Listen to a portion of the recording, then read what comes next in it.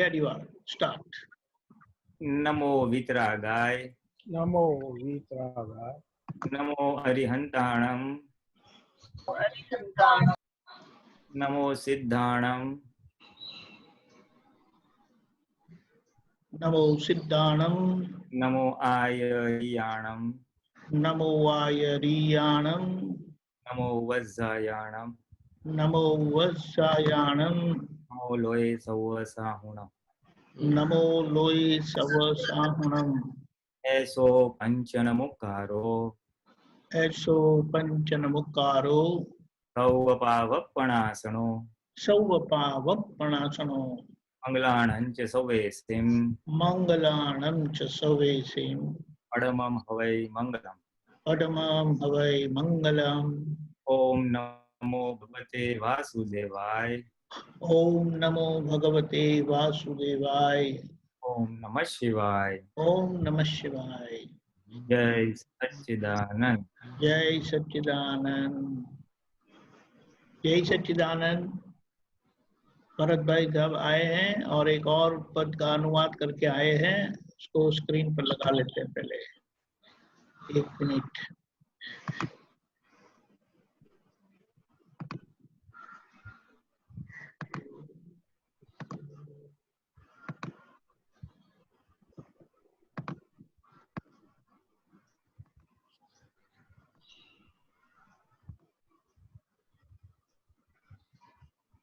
भरत भाई सभी गाएंगे।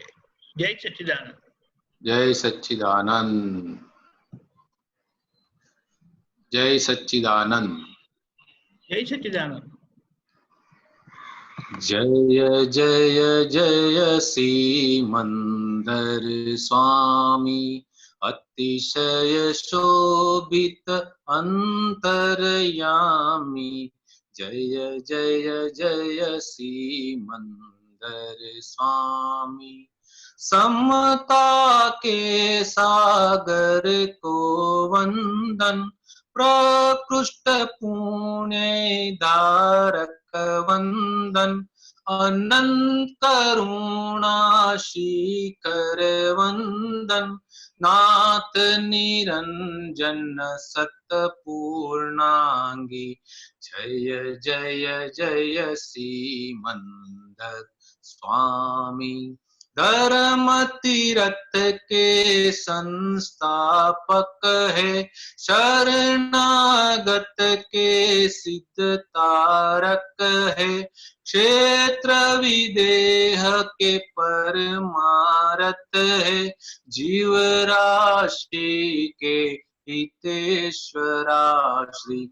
जय जय जय श्रीमंदर स्वामी, राग और मोह से जो किए दुष्कृत, राग और मोह से जो किए दुष्कृत, आप कृपा से बनते सुकृत।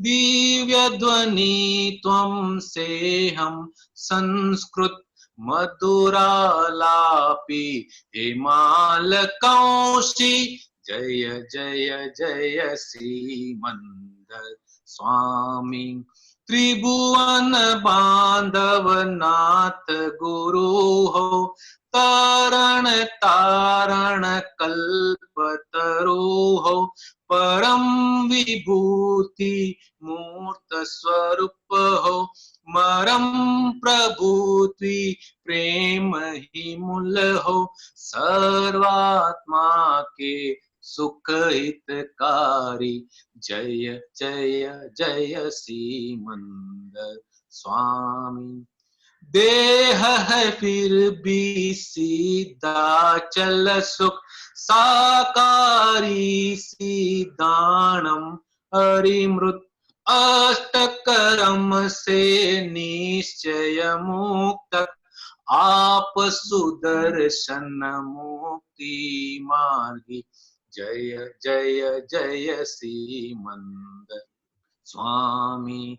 दुनिया भर के परमाणु का बन जाए एक भव्य देरासर, उसमें केवल स्वामी सिमंदर।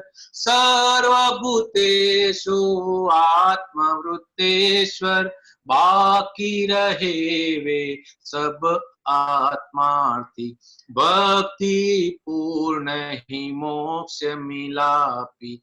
जय जय जय श्री मंदिर स्वामी, अतिशय शोभित अंतरयामी, अतिशय शोभित अंतरयामी।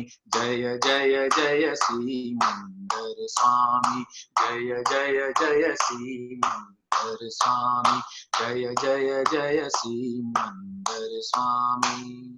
जय जय जय मंदिर स्वामी।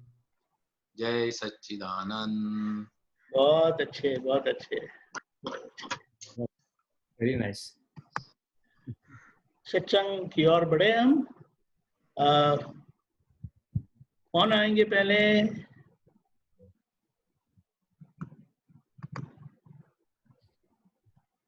आपके प्रश्न के लिए मन बता। बोलिए सर। अशोक जी, पूछना चाहेंगे? हाँ, आपका आपका पहले लेते हैं। बोलिए Ashok ji. Mute mute mute mute. हाँ, अनम्यूट।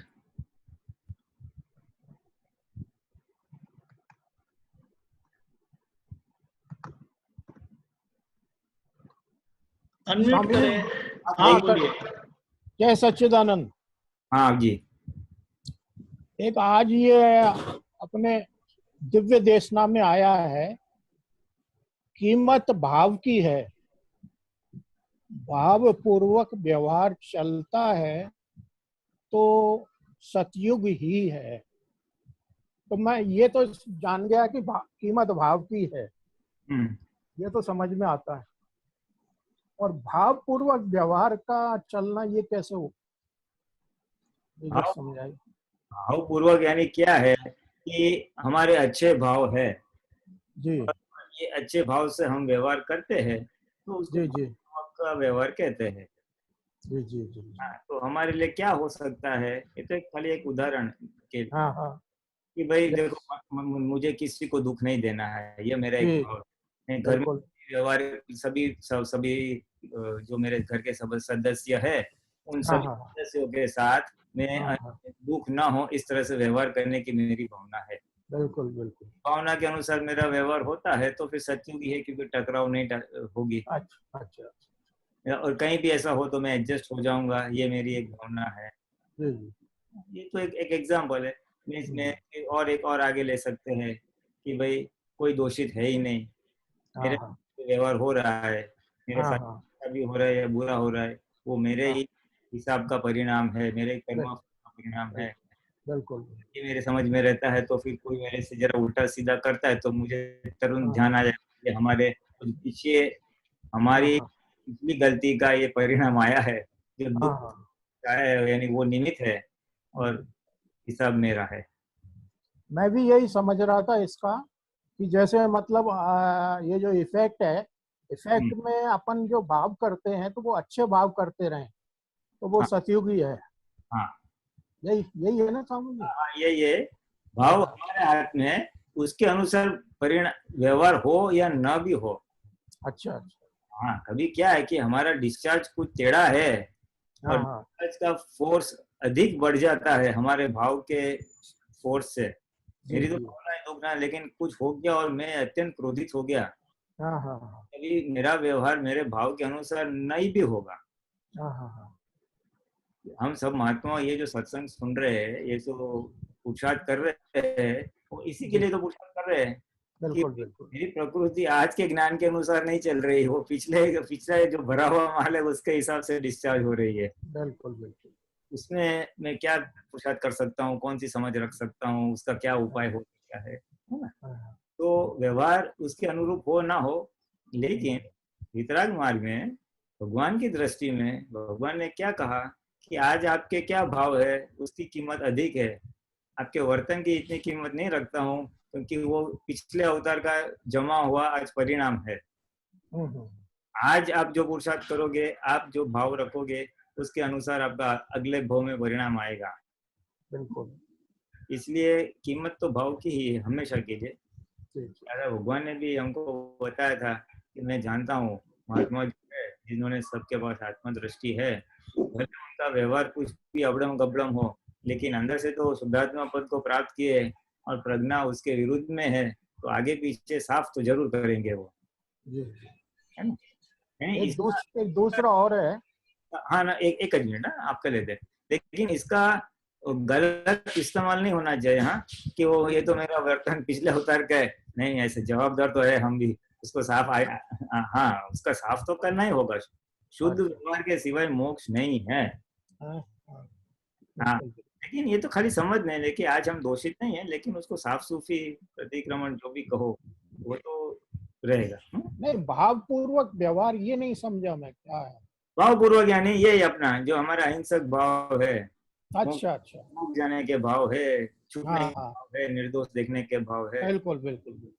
मोक्ष के अब समझ में आ गया सर, आप समझ में। हाँ चलो, ओके। दूसरा एक दूसरा और आया है, कलयुग में आचार विचार उच्चार रिपेयर नहीं होते, रिपेयर सुधार करने वाले मूर्ख हैं। आचार तो रिजल्ट है, और रिजल्ट को कैसे सुधारा जा सकता है। तो इसमें हमारा अगर आचार हमारा गलत होगा तो वो तो फिर हमसे कोई बात ही नहीं करेगा, कोई हमको अलग अलग पड़ जाएंगे सबसे। हाँ हाँ हाँ हाँ। और इसमें कह रहे हैं कि आचार तो जो है मतलब इफेक्ट है, उसको बदला नहीं जा सकता। अभी ये क्या है, ये सूत्र है ना, निमित्त नैमित्तिक होते हैं, सामने निमित्त के अधीन वाणी निकली है। अभी हो सकता है इस समय ये बात जब हुई होगी तो सामने वाला क्रमिक मार्ग का आदमी बैठा होगा।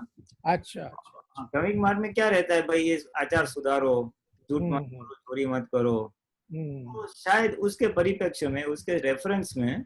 हाँ, नहीं तो मेरा सोचना तो यही था कि मतलब आचार में सुधार नहीं करेंगे तो आगे अपना फिर मतलब भाव कैसे वो। हाँ, अभी क्रमिक मार्ग में क्या है, आचार का सुधार कैसे होता है कि आज ये आचार गलत है ऐसी वो भावना करता है जी जी, और उससे आज आगे अच्छी समझ रहे तो प्रतिक्रमण भी करता है, तो उसमें वो अगले जन्म में उचित व्यवहार या सुधरा हुआ व्यवहार रूपक बनाता है।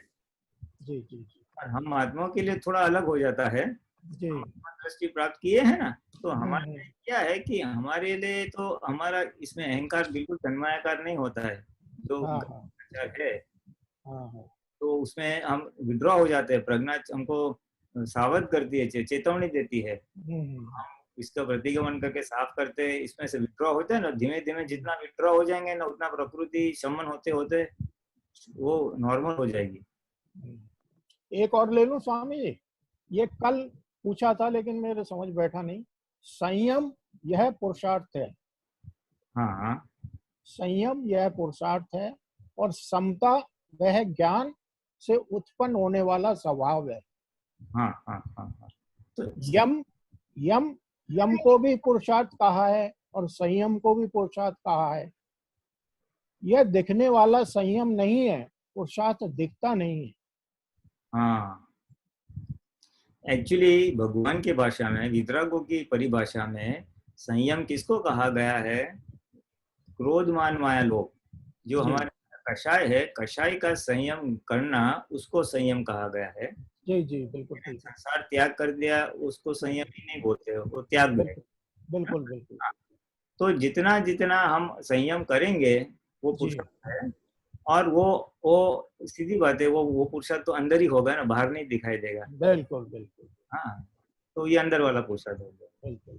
और दूसरा क्या बोला, समता बोला ना आपने, दूसरा शब्द क्या किया? समता। हाँ, तो समता यानी क्या? समान समझना। इसमें मेरा समकित। हाँ, जरा दोहराएंगे वाक्य, वो समकित वाला क्या कहते हैं? समकित हुए बिना कोई पुरुषार्थ नहीं है। समकित हुए बिना पुरुषार्थ नहीं है। हाँ, यानी वो क्या कहना चाहते हैं, समकित यानी सही समझ। मैं कौन हूँ, जी समझ इसको संकेत कहते हैं। जी सामान्य तौर से अज्ञानी क्या बोलेगा कि मैं नामधारी हूँ, जो हमारा नाम है, और जिसको संकेत प्राप्त हो जाए उसको पता चलेगा कि वास्तव में मैं आत्मा हूँ, यानी वास्तव में मैं कौन हूँ ये समझना उसको संकेत बोलते हैं। जी जी और अभी मैं आत्मा हूँ, ये शरीर से अलग हूँ, शरीर कर्म का मेरा पुतला है, ये सब समझ में आएगा, इससे फिर वो पुरुषार्थ शुरू हो जाएगा। और स्वामी जी समता क्या होता है? समता समता यानी इसको समान समझना, इक्वल अच्छा, समझना। Equal to. यानी क्या कि अगर कोई मेरा अपमान करता है जी तो भी उसके ऊपर मैं द्वेष नहीं करता हूँ, और कोई मुझे मान देता है, फूल देता है, तो मैं उसके ऊपर राग नहीं करता हूँ। दोनों को समान तरह से देखता हूँ कि ये पाप का उदय है और ये पुण्य का उदय है। समदृष्टि हो गई। हाँ, समदृष्टि, समदृष्टि। जय सच, जय सच्चिदानंद। जय सच।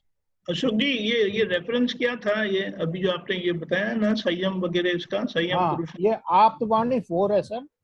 पुरुषार्थ यानी उपयोग में और पेज जीवन। Page number 43। ओके। जय सच्चिदानंद। मोनिका बहन।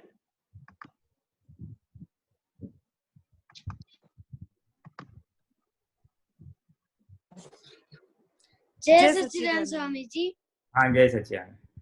स्वामी जी, मेरा ये प्रश्न है, हमें त्रिमंत्र से क्या क्या लाभ होते हैं? अच्छा क्वेश्चन है। त्रिमंत्र से इससे हमारे जो संसार में जो विघ्न आते हैं, जो मुश्किलें आती है, बाधाएं आती है, वो हल्की हो जाती है, उसका भुगोटा कम हो जाता है उससे। जी स्वामी जी। और अभी आपको तो संसार में इतना वो नहीं है, व्यवहार का इतना नहीं है, तो आपको कैसे काम करेगा कि आपको बुरे विचार आएंगे तो उससे रक्षण करेगा। आपको पढ़ाई करनी है तो पढ़ाई में अच्छी तरह से आपको सहायता करेगी, आप कंसंट्रेट कर पाओगे, है ना? और ये सब, ये श्री मंत्र क्या है? ये श्रेष्ठ पुरुष, ब्रह्मांड के श्रेष्ठ पुरुष, जिसके पास आत्म जागृति है, नमस्कार करते हैं। उनको नमस्कार करने से हमारे जो पाप है वो धुल जाते हैं, यानी कम हो जाते हैं, उनकी फोर्स पूरी कम होती है। तो पढ़ाई में, अच्छा जीवन व्यतीत करने में, अच्छा इंसान बनने में हमें बहुत सहायता करता है। जी स्वामी जी। तो कितनी बार बोलना चाहिए? तो त्रिमंत्र सुबह उठ के रोज बोलना चाहिए? हाँ, रोज खाना चाहिए। जी स्वामी जी। दिन में सुबह उठ के आप कम से कम 5 बार बोलो। जी स्वामी जी। एक बार 5 बार बोल दो आप त्रिमंत्र। कभी बोल सकते, सुबह उठ के बोलो, नहा धो के बोलो, ऐसा कुछ भी एक नियम बना सकते हो आप। जी स्वामी जी। और एक दूसरा, उससे और आगे कुछ करना है तो जब भी आप घर से बाहर निकलो स्कूल के लिए या कुछ और चीज के लिए, तो एक बार त्रिमंत्र बोल के जा सकते हो कि हे दादा भगवान आप साथ में रहना। जी स्वामी जी। स्वामी जी, मैं यहाँ पे एक बात कहूंगा। स्वामी जी, हाँ बोलिए।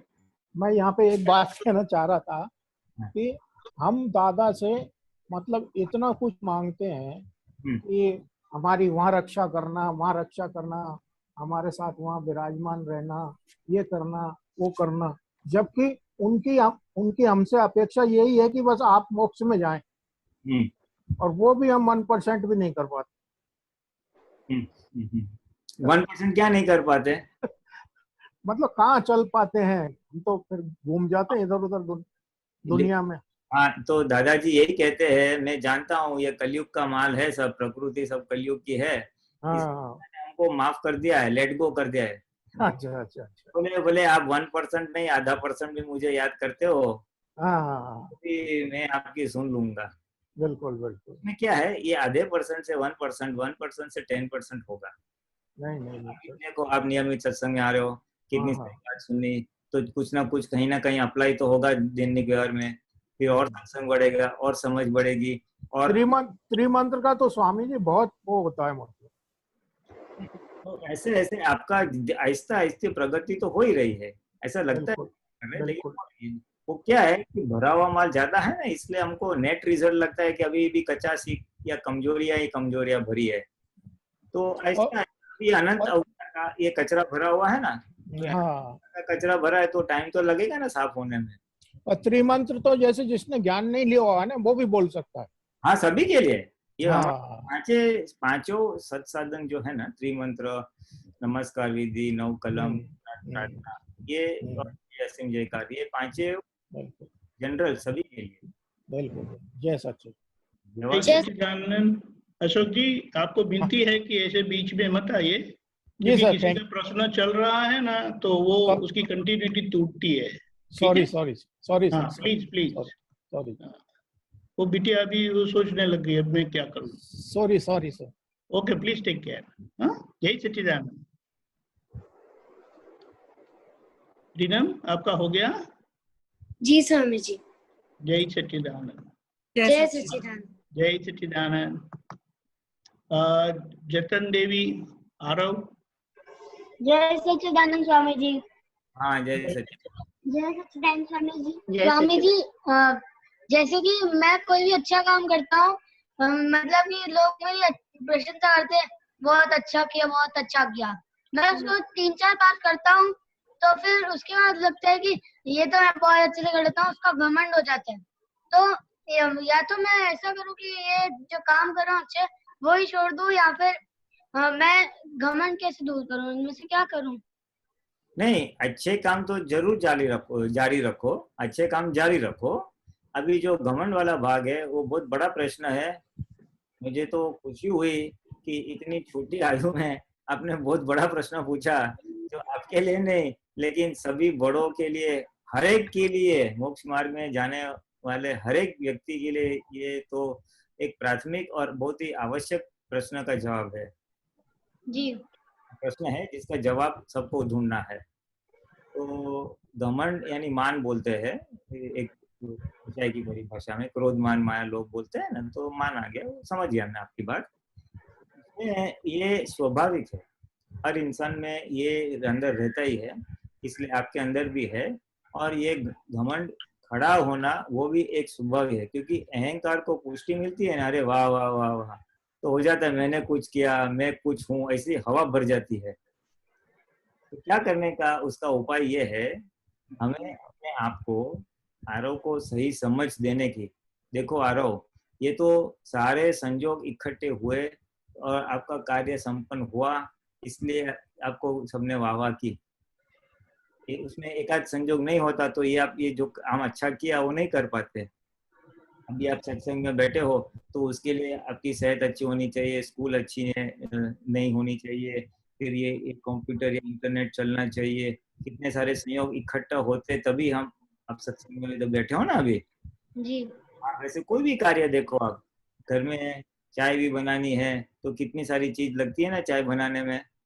जी, हाँ, आपका इतनी सेहत अच्छी है तो इतना बढ़िया खाना मिलता है, तो खाने के पीछे भी कितनी सारी चीज होगी तब मिलेगा ना। पापा पैसा कमाएंगे, बाजार में वस्तु मिलनी चाहिए, बाजार से आनी चाहिए, मम्मी ने पकाना चाहिए, तभी जाके खाने की थाली में सब चीज आती है ना। जी, एक चीज नहीं होगी तो बनेगी आपके खाने में आएगा अच्छी चीज? नहीं, हाँ, तो ये एक बहुत ही महत्वपूर्ण बात है जो दादा भगवान ने बताई है, कि हमारे जीवन में जो कोई भी काम होता है वो हम अकेले नहीं कर पाते हैं। जी, हमारा एक भाव होता है कि मैं ये काम करूं, लेकिन उसके साथ उसके सहयोग में अनेक अनेक दूसरे सहायक निमित्त होते हैं, जी, अलग अलग संयोग भी साथ में होते हैं, तभी जाके कोई भी कार्य सही तरह से संपन्न या पूरा होता है। जी। तो स्वामी जी, ये मतलब घमंड आना चार्ज है या डिस्चार्ज? घमंड है तो डिस्चार्ज, अभी तो आ रहा है वो डिस्चार्ज है, लेकिन अगर मैं आ रहा हूँ ऐसा है ना, तो दूसरा नया चार्ज हो सकता है। मैंने अच्छा काम किया ऐसा अंदर हो गया तो नया अगले जन्म के लिए चार्ज हो सकता है, जी, अगले जन्म के लिए चार्ज हो सकता है। इसलिए देखो, अभी तुम मुझे एक एग्जांपल दो, कौन सी अच्छी चीज की जिसको आप लोगों ने आपको तारीफ की और घमंड आया, थोड़ा सा जैसे कि मेरे पढ़ाई में अच्छे मार्क्स आ गए, और या मैं मम्मा की हेल्प की बहुत अच्छे से। हाँ, तो अभी मम्मा के हेल्प करने के लिए या पढ़ाई करने के लिए आपको आपकी हेल्थ अच्छी होनी चाहिए, आपका दिमाग सही चलना चाहिए, आपको याद रहना चाहिए, फिर अच्छी तरह से परीक्षा में लिख पाओ, है ना। तो इतने सारे संयोग हो गए तभी जाके अच्छे मार्क्स नंबर आएंगे। नंबर तो सभी स्टूडेंट विद्यार्थियों को, क्लास के सारे विद्यार्थियों को अच्छे नंबर लाने हैं, लेकिन आपके अच्छे क्यों आए कि दूसरों की उतनी मानसिक क्षमता नहीं है। सबका लेवल अलग अलग होता है, समझने का, लिखने का, पढ़ने का, है ना। तो इसमें ये आपकी पुण्य है कि आप इतनी अच्छी समझ लेके आए हैं कि आप धारण अच्छा करते हो, आप लिखते अच्छा हो और मार्क या नंबर अच्छे आते हैं। तो मैं आपको बोलने का, देखो ये तो मेरे पास इतने सारे संयोग थे, तेरी तेरी पिछले अवतार की पुण्य थी तभी जाके अच्छे नंबर मिले। इस अवतार में इतना कुछ तेरा खुद का नहीं है। जिस दिन एक आध संयोग नहीं होगा तो कोई नंबर नहीं आएगा, है ना। तो ऐसा अपने आप को केवल समझाना है। ऐसा 5-6 बार अलग अलग संजोगों में आप समझाओगे। और दूसरी बात, कभी कभी ऐसा होता है कि आपके अनुसार कोई कार्य होता नहीं है। आपकी इच्छा है कि मैं ये करूं, मैं ये खेलने जाऊं या मैं ये शॉपिंग करूं या कुछ भी, और उस हिसाब से काम नहीं होता है। ऐसा कभी अनुभव किया है? जी किया है ना। हाँ, तो तभी वो अनुभव याद करने का कि अगर तेरे हाथ में सब कुछ होता, अच्छे कार्य संपन्न करना कि केवल तुम्हारे हाथ में स्वतंत्र सत्ता होती, हर हर समय होना चाहिए। और कुछ संजोग ऐसे आते हैं जब आपके मन के हिसाब से कार्य होता नहीं है। जी हाँ, तो क्यों नहीं होता है? तो कि उसमें आपकी तो बहुत इच्छा रहती है, आप मेहनत भी करते हैं, लेकिन दूसरे कुछ संयोग होते हैं, वो इकट्ठे नहीं होते, इसलिए कार्य आपके अनुसार आपके समय पे नहीं होता है। जी हाँ, तो ये बात अपने आप को समझानी है। जहाँ जहाँ हमारे हिसाब से, हमारे अनुसार, हमारे मर्जी अनुसार जब जब कार्य हुआ नहीं है, वो अपने आप को याद कराने का। अगर तेरे हाथ में सब होता तो उस टाइम क्यों नहीं हुआ? तो अपने आप को क्या समझता है? उस टाइम तो नहीं हुआ था ना। तो क्या है, वो जो हवा भर जाती है ना, वो निकल जाएगी, घमंड जी है वो निकल, और फिर नॉर्मल हो जाएगा क्या। जी और 2-3 बार ऐसा करोगे ना, फिर एकदम नॉर्मल रहेगा, फिर करना भी नहीं पड़ेगा। लोगों ने तारीफ की, अच्छा लगेगा, और अच्छा लगा तो देखने का, भाई तेरे को अच्छा लगा, लेकिन अंदर से बोलने का, देखो भाई ये तो सब अच्छे नसीब की बात थी, पुण्य का हिसाब था तो हुआ, इसमें हवा भरने की जरूरत नहीं। ऐसा खाली बोल देने का, तो आपको घमंड फिर टिकेगा नहीं, आएगा लेकिन उतर जाएगा। जी हाँ, इसलिए अच्छे कार्य तो अवश्य अवश्य करो। जी घमंड का निकाल हो सकता है। ऐसा तो है ना, 5-6 बार करना पड़ेगा या 10-15 बार करना पड़ेगा, फिर तो सही समझ इतनी अच्छी तरह से फिट हो जाएगी कि तारीफ करते ही हमको स्पर्श ही नहीं करेगा, क्योंकि हमको जी वास्तविकता हमारे नजर के सामने बनी रहेगी, याद जी रहेगी। हाँ, जय सच्चिदानंद। हाँ, कह सकते हैं। जय सच्चिदानंद। विनीता बहन। जय सच्चिदानंद स्वामी जी। हाँ, जय सच्चिदानंद। पहले तो बहुत बहुत आभार कि पिछले 1.5 महीने से कंटिन्यू सत्संग चल रहा है और बहुत अच्छे से बहुत जागृति भी हुई है, बहुत व्यवहार में भी परिवर्तन आया है। तो बहुत बहुत आभार आप सभी का, ये बहुत अच्छे से मैनेज हो रहा है। और मतलब चाहे कुछ भी हो जाए, सत्संग तो छूटना ही नहीं है, एक दिन भी नहीं हमने नहीं छोड़ा है। तो बहुत अच्छा लग रहा है हमको और बहुत बहुत आभार आप सभी का। मेरा प्रश्न है कि मैंने एक कोट पढ़ा था कि जिन्हें अप्रयत्न दशा है वे ज्ञानी कहलाते हैं। दोबारा रिपीट करें, लास्ट क्या बोले? जिन्हें अप्रयत्न दशा है वे ज्ञानी कहलाते हैं। अप्रयत्न दशा है वो ज्ञानी कहलाते हैं। हाँ, बस इतना ही, और कुछ है? इतना ही। नहीं, बस नहीं है। हाँ, अप्रयत्न दशा यानी क्या कहना चाहते हैं इसमें? अप्रयत्न यानी मुझे ये करना है, वो करना है, ऐसा प्रयत्न नहीं होते हैं, वो सहज दशा में होते हैं, सहजासहज हो जाता है। और ज्ञानी यानी आत्मज्ञानी का रेफरेंस है। आत्मज्ञानी क्या होता है? जिसमें अहंकार शून्यता हो गया है, बिल्कुल खत्म हो गया है ना। जी तो अभी जिसके अहंकार ही नहीं है तो वो प्रयत्न कैसे करेगा? हम फिर भी प्रयत्न करते हैं, ये काम कर लूं, ये करूं, वो करूं, ये करना है, वो करना है, तो उनको होता है, लेकिन वो सजासज करते हैं, हुआ तो ठीक, नहीं हुआ तो छोड़ देते हैं। उसको अप्रयत्न दशा कहते हैं। तो अप्रयत्न यानी उसका प्रयत्न करने वाला अहंकार मौजूद नहीं होता है। अप्रयत्न दशा यानी क्या, एब्सेंस ऑफ ईगो। मैं कर सकता हूँ, मुझे करना है, ये जो अहंकार वाला भाग है उसकी मौजूदगी, उसको अप्रयत्न दशा कहते हैं। तो हम महात्मा में भी शुरुआत हुई है उसकी, हमारा चार्ज अहंकार तो निकल गया है, अभी खाली डिस्चार्ज अहंकार बचा है। वो कूदा कूद करता है, थोड़ा ये कर लूँ ना, वो कर लूँ, ये ऐसा है ना, वैसा है ना। अभी जैसे जैसे ये डिस्चार्ज अहंकार भी धीमे धीमे कम होते जाएगा, तो एकदम सहज दशा में आ जाओगे। सहज दशा यानी उदय कर्म में मन वचन काया के जो हमारा जो शरीर है, वो शरीर के उदय में जो जो कार्य हो रहे हैं या होने वाले हैं, वो सहज होते जाएंगे और हम उसको देखते जाएंगे। अच्छा, तो मतलब जैसे व्यवस्थित पे छोड़ दें, ऐसा कहना चाहते हैं क्या? हाँ, वो ज्ञानी संपूर्ण व्यवस्थित के आधार पे ही चलते हैं। उनको व्यवस्थित तो एकदम सज्जड़ और बहुत स्पष्ट रूप से मौजूद ही रहती है, क्योंकि उनकी खोज ही है और उनको समझ गया है कि किस आधार से ये सब चल रहा है। व्यवस्थित है, व्यवस्थित ज्ञान उनके नजर में या जागृति में एकदम स्पष्ट और निरंतर है। हमारे में वो थोड़ी कच्ची पक्की है, स्थूल रूप से हम समझ चुके हैं। हमें क्या करना है, हमें जो हमारे जो भी व्यवहार है, हमारी जो भी फाइलें है, उन सबका निपटारा करना है फाइल समझ के। और ये फाइल नंबर 1 विनीता बहन कर रही है और मैं देखने वाला हूँ। इस जागृति में अगर हम रहते हैं तो विनीता बहन कर रही है और हम देखते हैं, उसको अप्रयत्न दशा कहते हैं। फिर विघ्न भले भले ना बहुत ही प्रयत्न करे, बहुत मेहनत भी करे, मैं उसमें नहीं हूँ।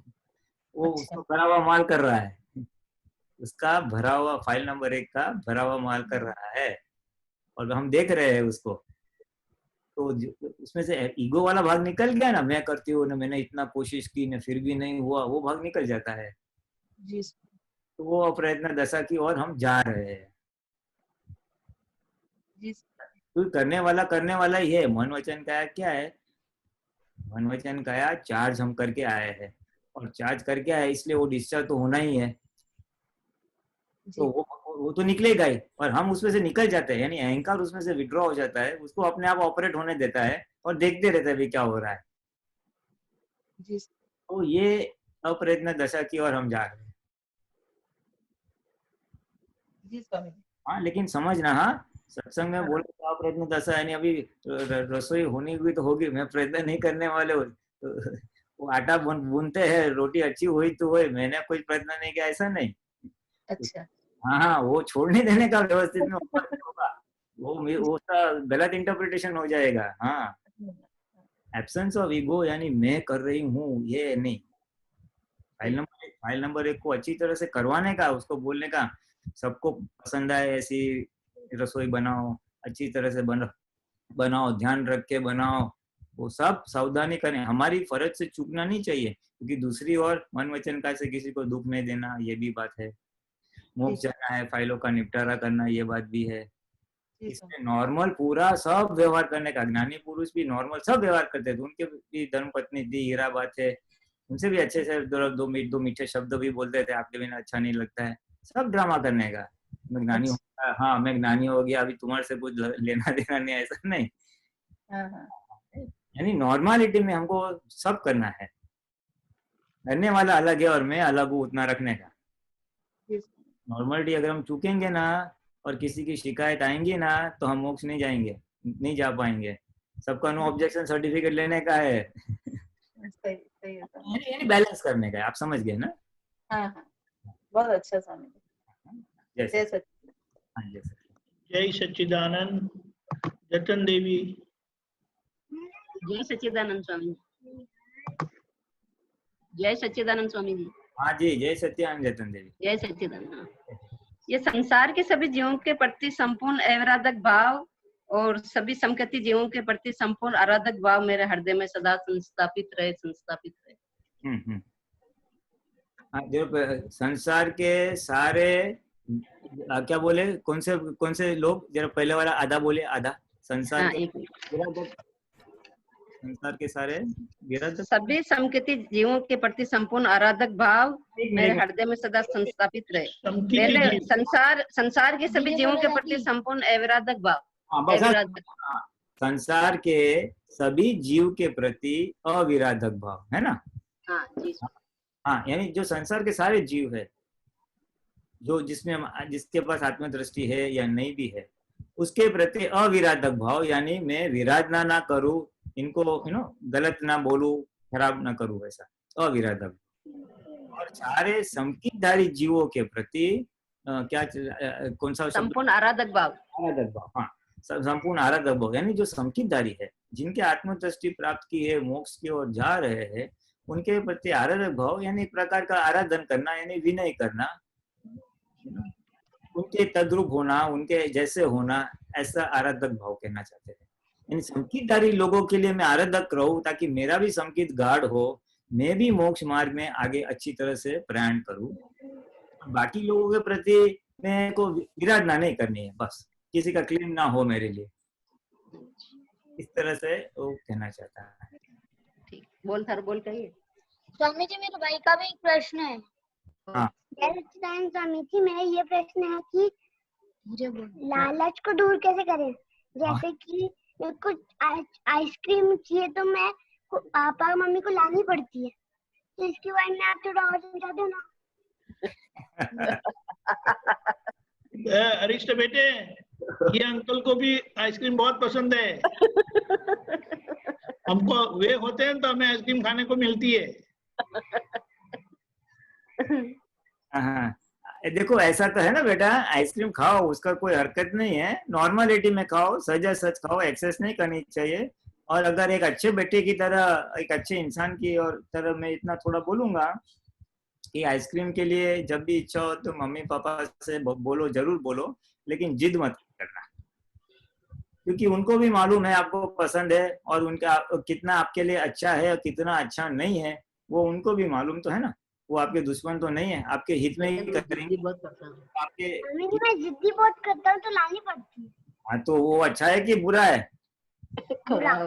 हाँ, अभी देखो इतने शान है तो हो तुम, आपको मालूम है कि भाई ये जिद करना बुरी बात है। जिद करने से क्या होता है, मम्मी पापा को दुख होगा कि सुख होगा? हाँ, और किसी को दुख देना चाहिए नहीं। कोई आपको दुख देगा तो आपको कैसा लगेगा? हाँ, तो फिर अगर जब आपको कोई दुख देता है तो आपको अच्छा नहीं लगता है, तो हमें दूसरों को दुख नहीं देना चाहिए, क्योंकि हम दूसरों को दुख देंगे, फिर चाहे मम्मी पापा हो या कोई भी हो, तो जितना दुख हम दूसरों को देंगे उतना दुख हम पे आएगा। अभी इधर तुम जिद करके मम्मी पापा के पास से लोगे ना, तो उधर तुमको टीचर डांटेगी, या उधर कोई फ्रेंड के साथ झगड़ा हो जाएगा और वो तुमको फिर दुख देगा, फिर आके फिर कंप्लेन करोगे ऐसा ऐसा हुआ। अगर तुमने इधर मम्मी पापा को दुख नहीं दोगे, अरे मम्मी पापा की तो सेवा करनी चाहिए, वो तो तुम्हारे बेस्ट लोग है, ये दुनिया में सबसे बेस्ट कौन है? मम्मी पापा और गुरु। इन 3 जन की सेवा करोगे ना तो जिंदगी में दुख नहीं आएगा। तुम इन 3 जन को, ये एटलीस्ट मम्मी पापा को दुख देना बंद करो, जिद मत करो। आप 1 बार 2 बार बोल के छोड़ दो, वो जरूर आपकी हर ख्वाहिश पूरी करेंगे। आइसक्रीम है, कपड़ा है, या जो भी है।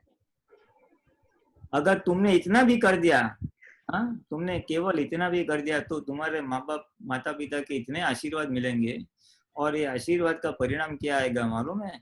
आपकी पढ़ाई अच्छी हो जाएगी, आपका किसी के साथ झगड़ा नहीं होगा, और सब लोग के साथ प्यार से आपका फ्रेंडशिप बने रहेगी। जिद छोड़ दो, तुम जिंदगी में बहुत सफल हो जाओगे और बहुत आगे निकल पाओगे। जिद करनी है ना, तो जिद ऐसी करो कि मैं कुछ भी हो जाए मम्मी पापा को दुख नहीं दूंगा, कुछ भी हो जाए मैं मेरा काम खुद करूंगा। खाली ये 2 जिद पकड़ लो, जाओ, मेरा आशीर्वाद है, तुम जिंदगी में बहुत बड़े इंसान बनोगे। खुद का काम खुद करना, यानी छोड़ा था कि भाई दफ्तर अपना है, स्कूल बैग तो अपनी जगह पे रख देने का, अपना बुक्स बैग सब तैयार खुद करने का, अपने जूते है अपनी जगह पे रखना, अभी यूनिफॉर्म है तो अपनी जगह पे चेंज कर देना। जो तुम्हारा छोटा मोटा काम है, खाना खाने का प्लेट अपने आप किचन में रख दो, ऐसा ऑर्डर नहीं करने का। खाली इतना केवल इतना खुद का काम करोगे ना, तो मैं कहता हूँ इतने आशीर्वाद मम्मी पापा के मिलेंगे और आपको भी बहुत खुशी होगी। अच्छा, रोज नहीं बोलता हूँ मैं, खाली 3 दिन करके देखो, जी स्वामी 3 दिन करके देखो, देखो आपको अंदर से कितनी आनंद आएगी। फिर आप खुद ही बोलोगे हाँ ये तो रोज करने जैसा है। करोगे? जी जी Swami ji. Promise? Promise. Promise. हाँ, मैं 3 दिन के बाद ये अंकल पूछेंगे, हाँ दीपक जय सच्चिदानंद। जय सच्चिदानंद स्वामी जी। हाँ, जय सच्चिदानंद।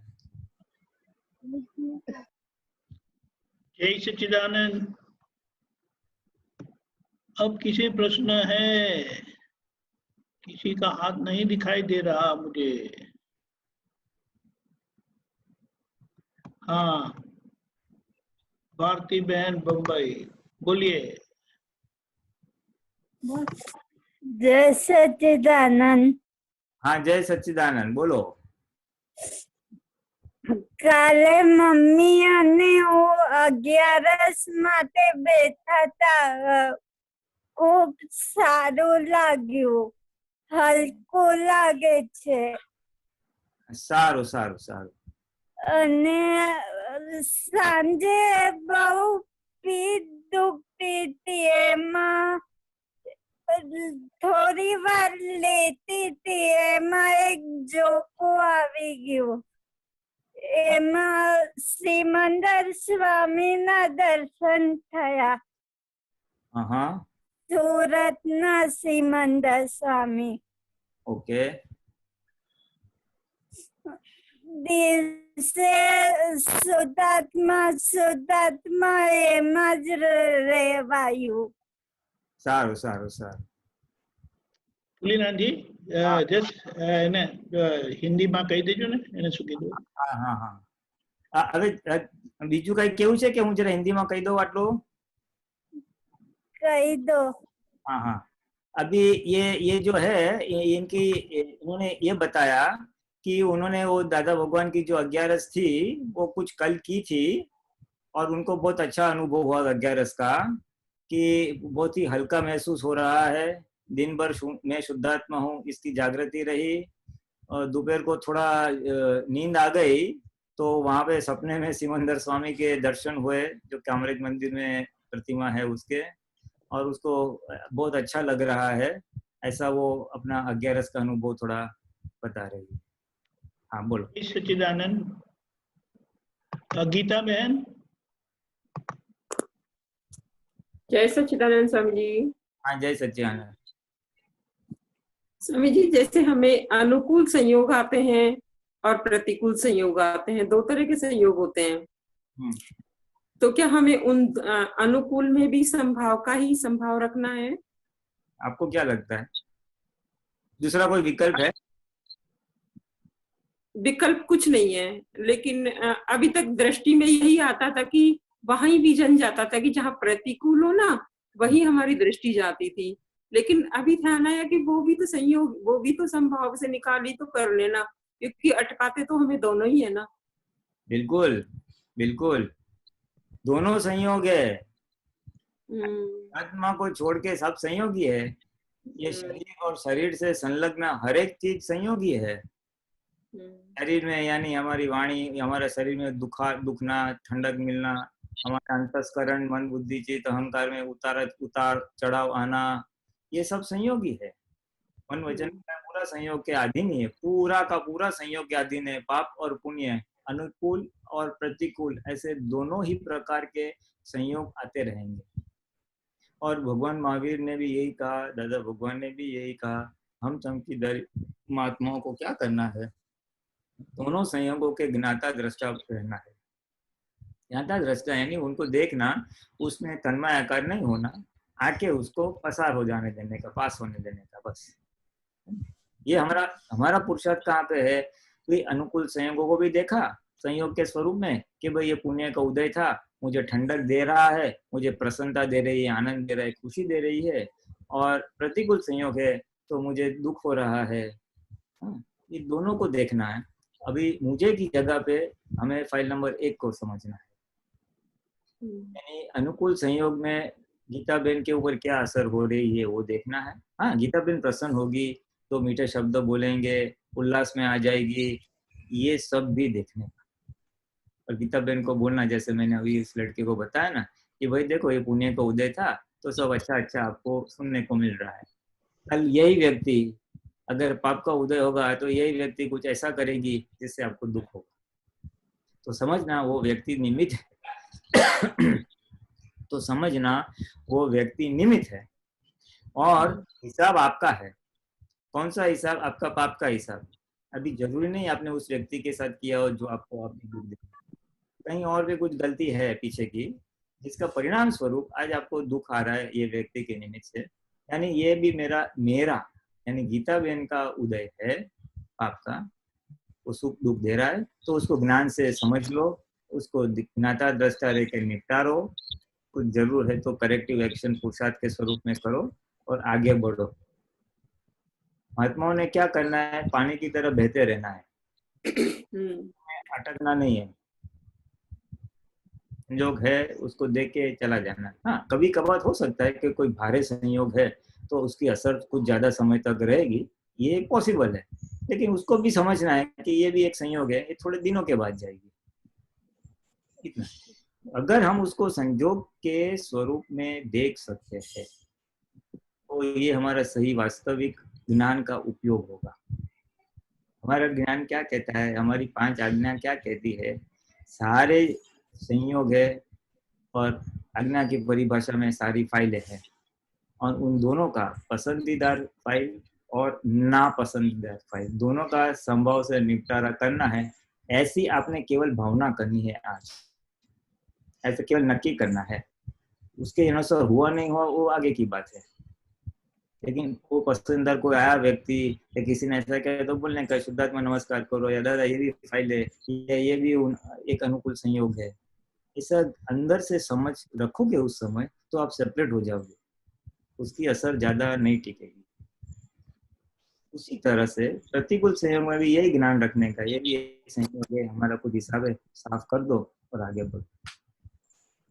दोनों हमारा जो पूरा जो विज्ञान है, ये जो 5 आज्ञाएं है, वो क्या है? हमारे यानी फाइल नंबर 1 के जो भी उदय कर्म है, अच्छे बुरे न्यूट्रल, उन सभी से हमें अलिप्त रखता है, सेपरेट रखता है। और ये आज्ञा का पालन करने से हमको उसकी असर से मुक्त करता है। इसलिए दादा ने बोला था कि ये आज्ञा पालोगे तो महावीर भगवान को जो समाधि रहती थी वैसे समाधि आपको इस पंचम आराम में रहेगी। क्योंकि जो भी हो रहा है वो फाइल नंबर 1 का है, और फाइल नंबर 1 हमारा पड़ोसी है, हम उसके पड़ोसी है, हम उसके ज्ञाता दृष्टा है। यह जागृति बनानी पड़ेगी। ये जागृति पूर्वक आएगी। कुछ प्रसंगों में जागृति रहेगी, कुछ प्रसंगों में जागृति नहीं भी रहेगी, लेकिन बाद में आएगी, प्रसंग हो जाने के बाद में, कोई बात नहीं। दोनों समय में हम जितनी जागृति रखेंगे उस समय तत्क्षण या उसके बाद में, और सही समझ भी हमारे साथ रहेगी, तो हमारा वो संयोग वितरागता पूर्वक से निपटारा हो जाएगा। और एक बार ऐसा किया तो हमारी शक्ति बढ़ती है, तो 2 बार पुरुषार्थ करने की शक्ति बढ़ती है। 2 बार पुरुषार्थ सही तरह से हुआ तो फिर शक्ति 4 गुनी हो जाती है। तो हमारा ये शक्तियाँ की जो मल्टीप्लिकेशन से बढ़ती है। और तब भी हमारा ऐसा ही होता है, दादा लोगों ने तब के बारे में यही बताया कि हमारे में इतना अधिक तप आया कहाँ से? निरंतर हमारा अधिक तप रहता है। कौन सा तप? आत्मा और अनात्मा भिन्न रहे, मैं आत्मा हो, जागृति पे किंचित मात्र आवरण ना आए, ये उनका कायम का तप। अनुकूल संयोग है, ठंडक है, तो थोड़ा वो जो चादर ओढ़ी है ना तो खोल देते थे पैर, अंगूठा बाहर रखते, ठंडी लगे ताकि नींद ना आ जाए। तो ये खाने में भी वो कायम हमेशा के लिए पुनोदरी करते थे भूख से, तो ये सब अधिक तप में जाता है। फिर किसी ने अच्छा व्यवहार का, बुरा व्यवहार का, वो भी निर्दोष दृष्टि वगैरह, तो ये उनका ये तप, इतना तप करने की शक्ति आई कहाँ से? तो उन्होंने उसका रहस्य खुला किया। उन्होंने कहा कि अगर एक बार आप तप करते हो तो 2 बार तप करने की शक्ति उत्पन्न हो जाएगी।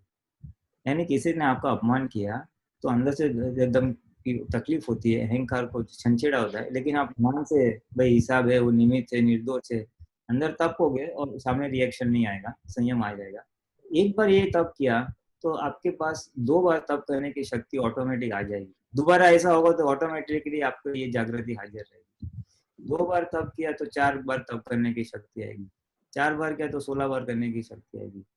तो इसी ज्यादा भगवान बोलते हैं कि हमने ये जो है ना, ये ऐसे गुणाकार में तप करते करते करते हमारे एकदम तप सहज हो गया है, अभी करना नहीं पड़ता है। यहाँ दर्शन, चारित्र और तप बोलते हैं ना, तो ये शक्ति हमारी कहाँ से बढ़ी और कैसे बढ़ी, तो कि इस प्रकार से मल्टीप्लिकेशन से बढ़ती है। यानी निरंतर तप के पक्ष में, निरंतर सम्यक ज्ञान के पक्ष में और प्रकृति के पक्ष में न जाना, ये उनका तप था। तो ये हमें बोध लेना है, हमें सीखना है। सत्संग तो हम इतना सारा सुनते हैं, काफी चीज हमको समझ में भी आ गई है, लेकिन प्रैक्टिकल में करते समय जो तप आता है, वहां से हम जो धक्का मारते हैं उसको या हटते हैं, वो नहीं करना है। मोक्ष मार्ग में प्रगति तभी होगी जब तप होगा। तो चौथा पाया भी जब भी आए उसको स्वीकार करना। और दादा ने एक बहुत अच्छी बात मुझे तो उनकी अच्छी लगी कि जब भी हम तप करते हैं, अंदर जलन होती है, तकलीफ होती है, मन बुद्धि एकदम गर्म हो जाते हैं, गर्म नहीं एकदम चंचल हो जाते हैं, तब क्या बोलते दादा, देखो तप में होगा क्या, वो अज्ञान भाग है, अज्ञान समझ है, अज्ञान मान्यता है, वही जलने वाली है, ज्ञान नहीं जलने वाला है। शुद्धात्मा का जागृति, शुद्धात्मा आनंद नहीं जलने वाला है, ये तप में अज्ञान भाग ही खत्म होने वाला है। तो जलने दो ना, क्यों उसके पकड़ के पीछे बैठे हो। इतनी मुझे ये बात बहुत स्पर्श गई दादा भगवान की। अज्ञान में भगवान मुझे अज्ञान ही जलने वाला है, ज्ञान नहीं जलने वाला है, तुम क्यों उसकी पकड़ में बैठे हो। रक्षा ज्ञान की है, आत्मा की, ज्ञान है आत्मा जागृति की। हाँ, तो ये ज्ञान है। इवन दादा बोले, ये कभी कभी बोलते ये शरीर में ऐसा हो जाएगा, वैसा हो जाएगा, बीमार पड़ जाऊंगी, ये होगा होगा। दादा बोले ऐसा घबराओ मत। लोग को घबराते हैं कि ये पुद्गल की वंशावली खत्म हो जाएगी, पुद्गल यानी ये शरीर एकदम वो हो जाएगा। बोले कुछ होने वाला नहीं है, होगा तो शरीर का होगा ना, वैसे भी वो लकड़े में जाने वाला है। ये साइकोलॉजी जो बुद्धि असर दिखाती है या बुद्धि भय दिखाती है ना, उसके प्रतिपक्ष में ये थोड़ी सही समझ है। कुछ नेगेटिव होने वाला नहीं है, लेकिन वो जो भय है बुद्धि वाला, उसको वो समन करने के लिए, नलिफाई करने के लिए ऐसा है ना। तो ये 2-3 समझ रहेगी ना, ये अज्ञानी होने वाला ही होगा, तो तब भी होगा, तब होगा तो हम सेपरेट रहेंगे, और सेपरेट रहेंगे तो संयोग की तरह देख पाएंगे। तो प्रतिकूल में देख पाएंगे ना, तो अनुकूल में भी देख पाएंगे, और अनुकूल में भी हम सेपरेट देख पाए कि ये फाइल नंबर 1 का अनुकूल संयोग है, तो प्रतिकूल में अवश्य जागृति हाजिर हो जाएगी। क्योंकि सामान्य तौर पे अनुकूल संयोगों में तन्मायाकार होना एक स्वाभाविक है, प्रकृति का स्वभाव है। हमारे अनुसार किसी ने 2 अच्छी बात की, हमारी बेस्ट फ्रेंड आज खाने पे आ रही है, कुछ हम पिक्चर का प्रोग्राम बनाया, जो भी प्रकृति को अनुकूल है तो तन्मायाकार हो ही जाओगे। और हमें लगता है कि जिंदगी क्या जिंदगी है, तकलीफ है। अगर आप उल्टा देखो, अगर तकलीफ नहीं होती, सब आपके हिसाब से चलता, तो आपको दादा याद आते, आपको ज्ञान याद आता, तो आप प्रकृति में तन्मायाकार हो जाती और मोक्ष मार्ग से वंचित हो जाती। सही बात है। ये कठिनाइयां या प्रतिकूल संयोग मोक्ष मार्ग के लिए सहायक है। ऐसी हमारे पास इतनी समझ रहेगी ना, तो फिर हम उसको वेलकम करेंगे। आज धक्का मारने की जो टेंडेंसी है उससे दूर होने की, वो नहीं करेंगे। धक्का मार गए तो घूम घाम के 2 महीने के बाद, 4 महीने के बाद, 2 साल के बाद वापस आने वाली ही है, तो निपटारा कर देना। आजीवन क्या, अगले जन्म में भी नहीं आवे। यानी ये कुछ अलग अलग प्रकार की जो समझ है दादा भगवान ने दी है, वो अगर हमारे दिमाग में आहिस्ता आहिस्ता अगर बैठ जाती है, तो अंदर से ये पुरुषार्थ चालू हो जाएगा, और फिर मुंह में आनंद आएगा। अनुकूल में तो आनंद आएगा ही, प्रतिकूल में भी आनंद आ रहा है। क्यों? मेरा जो डेथ है, देवा है, वो पूरा हो रहा है, पाप कर्म का निपटारा हो रहा है। हाँ, हो रहे ना। वो डिजाइन हमने पकड़ के बांध के रखी ना, मेरा संसार ऐसा होना चाहिए, मेरे ये सही है, ये गलत है, वो डिजाइन हमको बांध देती है। इतना अच्छा घर है, इतनी अच्छी नौकरी है, इतनी अच्छी सैलरी है, इतनी अच्छी सेहत है, फिर भी मुंह पे आनंद नहीं है। कुछ एक खूणा ऐसा है जो अपने ठीक ठीक तरह से नहीं चल रहा है, जीवन का एक कुछ हिस्सा ऐसा है कि जो सही मायने में नहीं चल रहा है, तो वो क्यों इतना उसको महत्व देते हो? 80-90% चीज अच्छी है, तो 20% के लिए आपका इतना 80% वाला रिलेटिव सुख को क्यों उसका वो करते हो? आवरण नहीं आने देने का। हाँ, तो ये शक्ति मांगने की दादा के पास से कि दादा आपका इतना बढ़िया ज्ञान, इतना मेरे में समझ है, यहाँ पे मैं अटक जाती हूँ, इसमें से रास्ता बताओ। कहीं पे भी अगर हम अटक जाते हैं ना, तो दादा भगवान को जरूर प्रार्थना करें। आज की तारीख में दादा भगवान बैठे हैं सुनने को, और अवश्य आपकी जो समस्या रहेगी उसका जो उपाय जिसके पास भी होगा ना, वो निमित्त आपके पास आके खड़ा हो जाएगा। कहीं से भी एन केन प्रकार से आपको कोई निमित्त मिल जाएगा। फिर आप तो पुत्र हो, महात्मा हो, कविराज का पद हो, आप्तवाणी हो, आप तो सूत्र हो, कुछ भी होगा, या तो अंदर से भी आएगा, नहीं तो बाहर से कोई ना कोई निमित्त आके आपको एकदम स्ट्राइक हो जाएगा, एक सॉल्यूशन मिल जाएगा कि भाई हाँ ऐसा करो। दादा को बोलने का अभी ज्ञान मिला है ना, आपको उनमें नहीं छोड़ने वाले हो, अभी आपके जैसा बना के रखो हमको, मेरे को कुछ मालूम नहीं, ऐसा दादा के सर पे पढ़ने का। वैसे भी संसार के पीछे जो भाग आपका रिपेयर नहीं हो रहा है, उसके पीछे माथा पीछे इतनी की फिर भी कुछ हुआ, वो तो व्यवस्थित में, हाँ वो तो जब रिपेयर होगा तब होगा, तो वो भी दादा को सौंप दो ना, दादा ये फाइल है, थोड़े इतना जरा रिपेयरिंग करने जैसा है, आप करना उसका, बाकी मेरे को आत्मा में आगे बढ़ना है, मेरे को और कुछ नहीं मालूम। ये गीता बहन आपको सौंप दिया, फाइल नंबर 1 आपको सरेंडर, आप उसको चलाओ और आपके जैसा आनंद आना चाहिए, ऐसा जोर शोर से उसके पीछे लग जाओ। अभी इसके पीछे लग जाओगे ना, तो बाकी जगह पे जो हमारा ध्यान जाता है, समय और जागृति जाती है, वो निकल जाएगी, उसका महत्व ही घट जाएगा, तो उसकी असर भी कम हो जाएगी। जो चीज से हमारा आनंद मुंह पे चला जाता है, उसकी असर ही निकल जाएगी, तो फिर आनंद अंदर है ही। समझ में आया? स्वामी जी, हाँ। कि आखिर का सवाल है, बोलिए। हाँ बोलिए। हाँ, बोल रहे हैं 80% के माना 20% या 10% जो भी बातें उनमें हम अटक जाते हैं, तो मुस्कुराना और शुक्राना खत्म हो जाता है। तो अभी हंसो, आईने में जाके गीता बहन को पीठ थपड़ाओ और बोलो, गीता बहन अच्छी हो जाओ, अभी क्या इतना रखा है, छोड़, इतना सत्संग सुनते हो तो लाभ उठाओ, आनंद मौज करो, एंजॉय, अपने आप क्या बोलने का, एंजॉय। हाँ, खुश हो।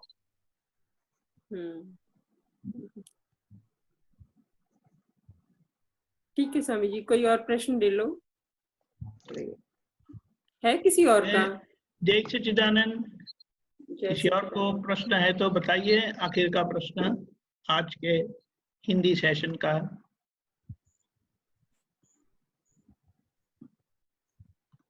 विधि नहीं है किसी है, विधि हिंदी में बोलना पड़ेगा। हाँ हाँ कोई बात नहीं। जय सच्चिदानंद।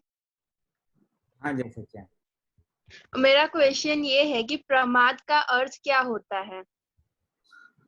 प्रमाद यानी अजागृति। अच्छा हाँ, परिणाम, पर में परिणाम, पर यानी पुद्गल, शरीर है ना हमारा, पुद्गल हाँ। में पुद्गल में जागृति जाती है, पर परिणाम को प्रमाद कहते हैं। अच्छा हाँ, और स्व परिणाम आत्मा में रहना वो प्रमाद नहीं है, आत्मा जागृति में रहना वो जागृति है, और पुद्गल परिणाम पर में रमणता, पर रमणता को प्रमाद कहते हैं। पर रमणता यानी पुद्गल यानी शरीर में। हाँ अपनी जागृति हमारी जागृति सब उसमें रहती है ना, मैं क्या खाऊं, क्या पीऊंगी, मेरा ये ड्रेस कैसा लगेगा, मम्मी ने ऐसा क्या, वो क्या, वो सब उसमें चला गया, वो प्रमाद। अच्छा। प्रमाद आत्मा से दूर हो गया ना। हाँ इसको प्रमाद कहते हैं। ठीक है। एक और छोटा प्रश्न हो सकता है, बोलिए। हाँ बोले। और कुछ है विधि को या और किसी को? किसी और को। गीता बहन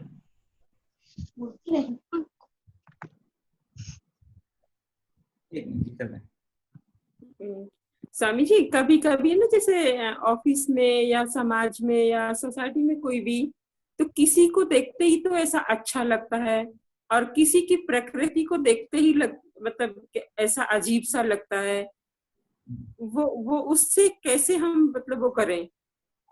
तो क्या है कि दो चीज है इसमें एक तो व्यक्ति की इंटरनल प्योरिटी अच्छी रहती है, उसका स्वभाव है, परोपकार है, किसी का बुरा नहीं सोचता है, किसी को दुख नहीं देता है, परोपकार करता है, तो उसका प्रकृति जिसको बोलते सौरभित है, सुगंधित है ना, इसलिए उसको देखते ही हमें अच्छा लगता है। जो जितना इंसान का अहंकार कम, ईगो जितना कम ना, उतना उसकी पर्सनालिटी बढ़ती है, लोग देख के उसको खुश होते हैं। जो अहंकार होता है ना, भले बोला नहीं है उसने कुछ, लेकिन देखते ही हमको लगता है यार ये क्या है, ऐसा है, उसका मुंह पे वो नहीं रहेगा, अच्छा नहीं। तो जो अहंकारी है, जो बुरे अंदर से विचार रखता है, दुख देता है, कषाय से युक्त है, ऐसे लोगों की अगर कुछ व्यक्तित्व है तो उनको देख के हमें जरा वो होता है, हमें क्या किसी को होगा। That is one thing, possibility. और दूसरा पॉसिबिलिटी कि भाई किसी को देख के हमारे अंदर नेगेटिविटी आती है, बुरे वाइब्रेशंस आते हैं, तो एक पॉसिबिलिटी ऐसे रहती है कि वो व्यक्ति अगर हमारा परिचित है और उसको हमारे प्रति कुछ द्वेष भाव है, कुछ नेगेटिव थॉट्स है, तो अगर वो उसके मन में अगर नेगेटिविटी चलता है, बोला कुछ उसने कुछ बोला नहीं है लेकिन मन में चलता है, अगर मन में अपने प्रति द्वेष भाव है तो उसके मन की असर, उसके मन के विचारों की असर हम पे आ सकती है। तो हम उसको देख के ऐसे लगेगा यार बराबर नहीं, इसके साथ बात नहीं करनी। तो एक तो थॉट लेवल का हो सकता है और एक प्रकृति के लेवल का, एक प्योरिटी का लेवल, ईगो का लेवल, उसके ऊपर भी हो सकता है। दोनों लेवल का ही होता है वो। फिर समझिए हमारा विराधक भाव तो नहीं होता वहाँ। वो तो हमको खुद को देखना, अगर हुआ है तो कैंसिल करके उड़ा देने का। अगर सामने वाला का नेगेटिव वाइब्रेशंस हमें आ रहे हैं तो शुद्धात्मा को देखने का दादा फाइल है, संभव से निपटारा करना है, जितना मिनिमम इंटरेक्शन करना है करके आगे बढ़ जाओ बस। पर स्वामी जी रोज मिलते हैं। वो तो रोज मिलते हैं तो घर से सुबह उठते, आई मीन जब घर से बाहर निकलते हैं तो ऑटोमेटिकली पहले कि दादा इनके साथ संभव से निपटारा हो या तो यथार्थ व्यवहार हो, उनका भी कल्याण हो, बस ऐसा पॉजिटिव है। हमको पॉजिटिव वाइब्रेशंस डालने हैं। इसका एक ही निपटारा है गीता बहन, सामने वाला पॉजिटिव हो या नेगेटिव हो, हमें वन साइडेड पॉजिटिव ही डालना है हमारी खुशी के लिए। क्योंकि हम नेगेटिव डालेंगे तो पहले हमको दुख, पहले सबसे तकलीफ हमको होने वाली है। ये कहाँ से तकलीफ हमको ही होने आई तो कोई बात नहीं, चलो हिसाब आया, शुद्धात्मा को देखो दादा, हिसाब नहीं बोलेगा, फाइल आई देखो दादा संभव से निपटारा, बस खत्म। हमारे खुमारी से रहने का, हमारे पास ये इतने साधन है, आज्ञा के साधन, वट के साथ वापरो, यानी वट यानी हिंसक भाव नहीं लेकिन खुमारी के साथ। हाँ शुद्धात्मा है, घबराने की जरूरत नहीं है। और फिर हमें निकल जाने का, ज्यादा टिकने का नहीं। वहां पे रास्ते में चलते गटर तो हम थोड़ा एक दो बार देख लेंगे, एक गटर है क्या, रोज नाक डाल के थोड़ी सूंघने का होता है। तो ऐसा वितराग, हाँ द्वेष नहीं करने का, वितरागता पूर्वक शुद्धात्मा देख के निकल जाते हैं। देखो आपको अंदर से हंसी आएगी। आज जो बेचैन हो जाता है ना, लेकिन उस समय ये प्रयोग करके देखो, उसके अंदर शुद्धात्मा को नमस्कार करो और ऐसा देखो तो आपको आनंद भी रहेगा और वो व्यवहार जो पूरा हो जाएगा और आपको असर नहीं है। ठीक है स्वामी जी। जय सच्चिदानंद स्वामी जी। जय सच्चिदानंद। अब हमारा समय हो चुका है। पुलिनानंद जी आप त्रिमंत्र बुलाना, गीता बहन आपके पीछे पीछे बोलना। जय सच्चिदानंद। नमो वितरागाय, नमो वितरागाय, नमो अरिहंताणम, नमो अरिहंताणम, नमो सिद्धाणम, नमो सिद्धाणम, नमो आयरियाणम, नमो आयरियाणम, नमो वज्रायाणम, नमो वज्रायाणम, नमो लोये सवसाहुणम, नमो लोये सव्यसाहुणम, ऐसो पंचन मुक्कारो, ऐसो पंचन मुक्कारो, पावपणासनो, सव्य पावय पणासनो, मंगलाणं च सौवेसिं, मंगलाणं च सवेसिं, परमं हवै मंगलम्, परमं हवै मंगलम्। ओम नमो भगवते वासुदेवाय, ओम नमो भगवते वासुदेवाय, नमः शिवाय, ओम नमः शिवाय। जय सच्चिदानंद। जय सच्चिदानंद। जय